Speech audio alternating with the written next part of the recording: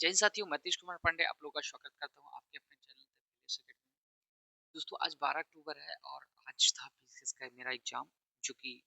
बहुत ही अच्छा एग्जाम रहा। और चीजें जो थी, जैसे हम लोगों ने जो एक्सपेक्टेशन किया था कैसे क्वेश्चंस आएंगे, बहुत सारे अंदर डर था कि कैसे क्वेश्चंस आएंगे। तो दोस्तों, उस हिसाब से जो एक्सपेक्टेशन रहा है उस हिसाब से क्वेश्चन जो थे बहुत अच्छे थे।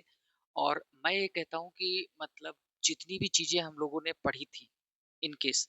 तो अगर हम लोग का जो भी रह गया है, जो मेरी गलती हुई है, वो मेरा सबसे बड़ी गलती अगर हुई है, या फिर मान लीजिए उतना सबके साथ होता है, मैं तो ये नहीं कह सकता कि सबके साथ होता है,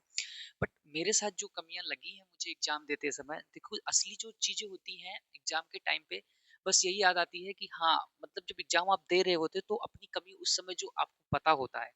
तो वो चीज़ें आपको कभी भी प्रिपरेशन के टाइम पे नहीं आता। वो चीज़ तभी फ़ील आती है जब वहाँ पे एग्ज़ाम को आप फ़ेस कर रहे होते हो, कि तुम्हारी कमी क्या है। तो दोस्तों, जो हमें स सबसे बड़ी कमी लगी मेरी, वो सबसे कमी ये लगी कि हम लोग सोर्सेज़ जो हैं, एक को पकड़ें और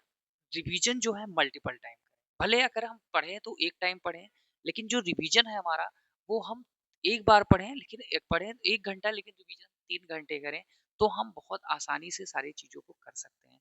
अब सबसे बड़ी चीज़ लगी कि कहाँ से क्वेश्चन सबसे ज़्यादा आए थे। जो क्वेश्चन आपके आए थे, हमारे ख्याल से जो प्रीवियस ईयर पीवाईक्यू जिन जिन लोगों ने सॉल्व किया होगा, और आई दृष्टि का घटना चक्र, आई दृष्टि घटना चक्र मतलब आई दृष्टि घटना सार, ये दोनों चीज़ों ने जो करंट अफेयर में, और जिसने घटना चक्र पढ़ा होगा, घटना चक्र जिन जिन भाइयों ने किया होगा और एक ना नहीं मल्टीपल टाइम्स किए होंगे, और थोड़ा बहुत टेस्ट लगा के उसको एलिमिनेशन वगैरह टेक्निक वगैरह किए होंगे, तो उनका पेपर हमारे ख्याल से अच्छा गया होगा। और दोस्तों, अगर आप लोगों को भी यूपीपीएससी से इन फ्यूचर देना है, और आपको अगर लगता है कि मान लीजिए अगर यूपीपीसीएस का एग्जाम कैसे टैकल करें, कैसे निकालें, तो उसके लिए आपको कुछ नहीं करना है। सिर्फ आप घटना चक्र ले लीजिए, क्योंकि आपको कम टाइम में सबसे ज़्यादा जो आपका बेनिफिट दे सकता है, वो आपको घटना चक्र दे सकता है।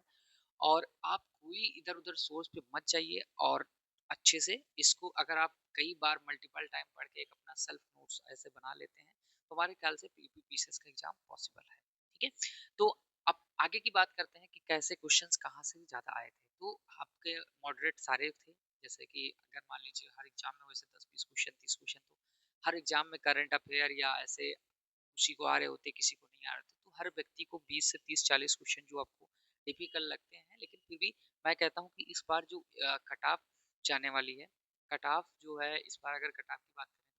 तो कट ऑफ हमारे ख्याल से पिछले साल से कम नहीं जाएगी। इस बार भी कट ऑफ पिछले बार से मतलब ज़्यादा ही जाएगी, कम नहीं जाएगी, क्योंकि जिस हिसाब से पेपर रहा है, जिस हिसाब से सारे बच्चों को पेपर लगा है, हमने अपने भी दोस्तों से जो आसपास दे रहे थे सबसे पूछा, तो सबको पेपर कहीं ना कहीं दोस्तों आसान लगा है। तो अगर हम इस पेपर को मॉडरेट और इजी ही वे में देंगे, डिफिकल्ट तो मान लो 10-5 क्वेश्चन रहते हैं, तो वो रहते ही हैं। तो दोस्तों, ये रहा कुछ हमारा एनालिसिस। और सीसेट का पेपर की बात करते हैं, तो सीसेट का पेपर जो है, आपके मैथ भी काफ़ी अच्छी थी, रीजनिंग के भी क्वेश्चन ठीक ठाक थे, आपके हिंदी भी काफ़ी अच्छी थी, और जो आपका और भी चीज़ें आती हैं वो भी हमारे ख्याल से ठीक था। फिलहाल मैंने तो, क्योंकि मेरा बैकग्राउंड है, तो मैंने तो ज़्यादातर रीजनिंग, और क्योंकि सीसेट का मैं एक दिन भी नहीं पढ़ के गया था, तो मैथ और रीजनिंग मैंने पूरा कर लिया है। हिंदी के भी मुझे बैकग्राउंड हिंदी रहा है, तो मेरा हिंदी भी ठीक ठाक हो गया है। तो इसमें मैंने टोटल, मैं अगर अटेम्प्ट की बात करता हूँ, तो मैंने टोटल अटेम्प्ट किए हैं 135 प्लस जीएस में मैंने अटेम्प्ट किया है, क्योंकि मेरी एक्यूरेसी उतनी नहीं है कि ज़्यादातर मैं अटेम्प्ट कर पाऊँ। जैसे आपको अगर कम एक्यूरेसी रहती है, मतलब एक्यूरेसी अगर आपकी कम रहती है, तो आप अटेम्प्ट नंबर ऑफ क्वेश्चन ज़्यादा करें, क्योंकि अगर आपकी एक्यूरेसी थोड़ी बहुत कम है, तो क्योंकि मैं मैथ बैकग्राउंड का रहा हूँ, तो मुझे मेरी एक्यूरेसी जो थी बहुत उतनी ज़्यादा नहीं थी, तो मैंने क्या किया, मैंने आपको नंबर ऑफ अटेम्प्ट बढ़ा दिए हैं। और लगभग लगभग हो सकता है, अगर इन केस अगर मान लीजिए कट ऑफ वगैरह अगर मान लो कम या ज़्यादा जिस हिसाब से जाती है, उस हिसाब से तब मतलब कि जो भी कट ऑफ जाएगा उस हिसाब से तो प्री का निकलेगा नहीं निकलेगा, ये सबके मन में डाउट होता है, मेरे भी मन में है। लेकिन मैं इतना कहना चाहूँगा कि कट ऑफ अगर मान लीजिए आसपास जाती है, तो मैं भी कट ऑफ में रहूँगा। और उम्मीद करता हूँ बहुत सारे भाई लोग हमारे जो कट ऑफ में हैं, बहुत सारे लोगों के अंदर डाउट हो रहा है, तो आंसर की के बाद क्लियर हो जाएगा, और आप हमारे साथ जुड़े रहिएगा। अगर इसके आंसर की या यूपीपी से रिलेटेड कोई भी नोटिफिकेशन आती है, तो हम आपके साथ जरूर शेयर करेंगे। मिलते हैं दोस्तों अगले वीडियो में, तब तक